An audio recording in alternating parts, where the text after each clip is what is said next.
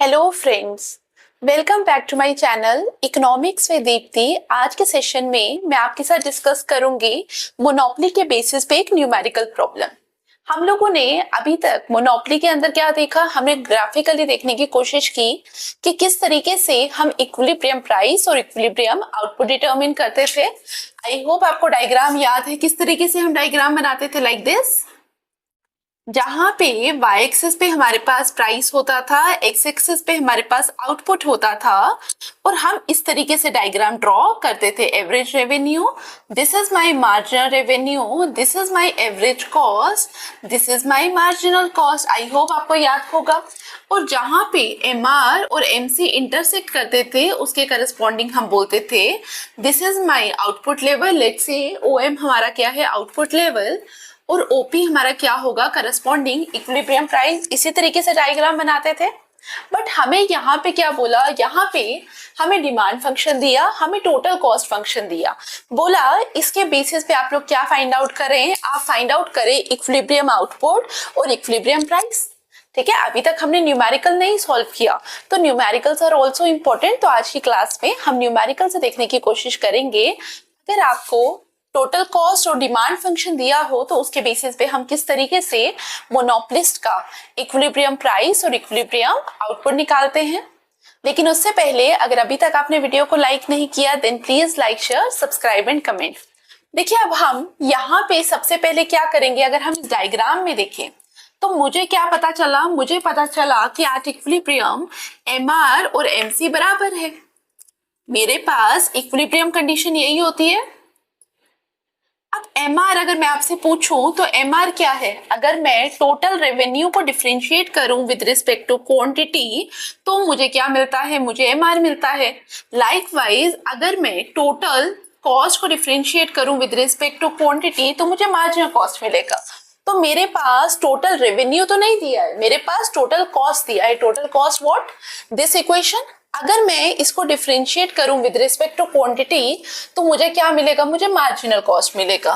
ठीक है, तो हम यहां से पहले मार्जिनल कॉस्ट निकाल लेते हैं। MC is equal to 6 plus 0.1 Q।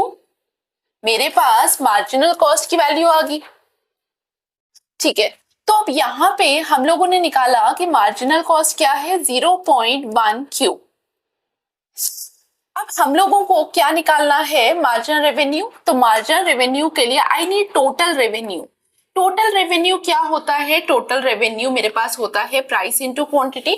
देखिए, अगर हम टोटल रेवेन्यू का फॉर्मूला देखें तो यहाँ पे we have price into quantity, लेकिन यहाँ पे मेरे पास डिमांड फंक्शन दिया है, क्यू दिया है। इसका मतलब कहीं ना कहीं मुझे आइडिया मिल रहा है अगर मैं इस क्यू को मल्टीप्लाई कर दूं P से तो मुझे टोटल रेवेन्यू मिलेगा। करके देखेंगे तो मेरे पास आएगा 360P माइनस 20P स्क्वायर। मेरे पास इस तरीके से टोटल रेवेन्यू आएगा। बट मुझे क्या चाहिए, I need what, I need marginal revenue.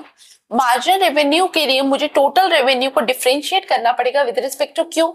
अगर मुझे इसको डिफरेंशिएट करना पड़ेगा विद रिस्पेक्ट टू क्यू, इसका मतलब आई वांट कि मेरी इक्वेशन किस फॉर्म में हो, यहाँ पे जो वेरिएबल है वो P की जगह क्या हो, Q हो, तभी तो मैं डिफरेंशिएट कर पाऊंगी ना इसको। तो अब मेरे को क्या करना पड़ेगा, अब मुझे इसके लिए यहाँ पे Q की फॉर्म में चाहिए तो सबसे पहले मुझे क्या करना पड़ेगा, मुझे इस डिमांड फंक्शन का इनवर्स डिमांड फंक्शन निकालना पड़ेगा। सो दैट जो मेरे पास इक्वेशन है अब वो कैसी आई, वो मेरे पास यहाँ पे P की जगह Q आए। तो नाउ टोटल रेवेन्यू तो मुझे पता है P इंटू Q होता है, बट मेरे पास क्या दिया है, Q is equal to 360 minus 20P which implies मेरे पास क्या आ जाएगा, 20P is equal to 360 minus Q which implies P is equal to 18 minus 0.05 Q। I hope आपको समझ आया।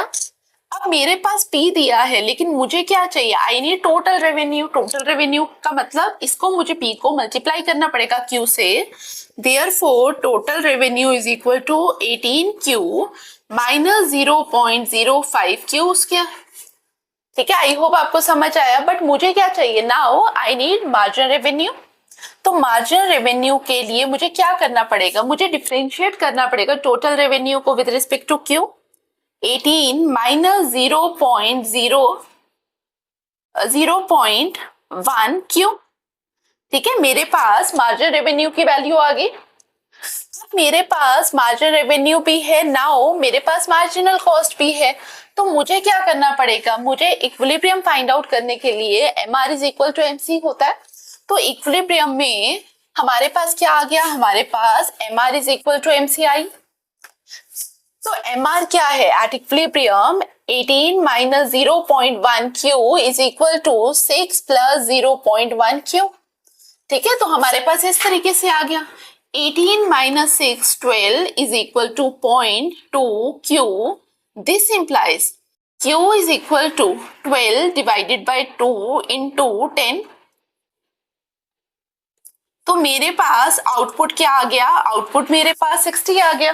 ठीक है, आई होप आपको यहां तक समझ आया कि किस तरीके से हम लोगों ने आउटपुट निकाला। मेरे पास आउटपुट तो आ गया, बट मेरे को आउटपुट के साथ साथ क्या निकालना है, I have to find the price. तो प्राइस फाइंड आउट करने के लिए हम क्या करेंगे, हमारे पास P is equal to 18 minus 0.05 Q था। तो देयरफॉर अगर मैं फर्स्ट इक्वेशन में Q की वैल्यू को सब्स्टिट्यूट करूं तो P क्या आ जाएगा, 18 माइनस 0.05 इंटू 60। ठीक है, तो इसी तरीके से मेरे पास P की वैल्यू आ जाएगी 15। ठीक है, तो हमारे पास इक्विलिब्रियम प्राइस भी आ गया, इक्विलिब्रियम आउटपुट भी आ गया। तो अगर आपको, अब मैं बोलूं, क्वेश्चन को थोड़ा और मॉडिफाई करते हैं, अगर मैं आपको बोलूं कि प्रॉफिट फाइंड आउट करो, तो आप प्रॉफिट्स कैसे फाइंड आउट करोगे, मुझे आप बताइए। हम लोगों ने बहुत बार पढ़ा है। ठीक है, प्रॉफिट कैसे फाइंड आउट करेंगे, ये आप लोगों के लिए होम असाइनमेंट है। हिंट मैं आपको दे देती हूँ, by using total revenue and total cost हम क्या करते हैं, हम प्रॉफिट्स फाइंड आउट करते हैं। तो आंसर क्या आएगा आपका, after finding the profits please share करिए कमेंट बॉक्स में। और बाकी एमसीक्यूज जो प्रीवियस ईयर क्वेश्चंस हैं नेट इकोनॉमिक्स के पेपर्स में पूछे गए हैं, अगर आपको वो सॉल्व करने हैं मेरे साथ, तो आप ज्वाइन बटन को क्लिक कर सकते हैं। At 89 rupees per month classes रहती हैं, तो आप वहां जाकर उसको ज्वाइन करिए, सो दैट आपके नेट के PYQs भी साइमल्टेनियसली प्रिपेयर होते रहें। Thank you for watching, see you in the next class. Thank you.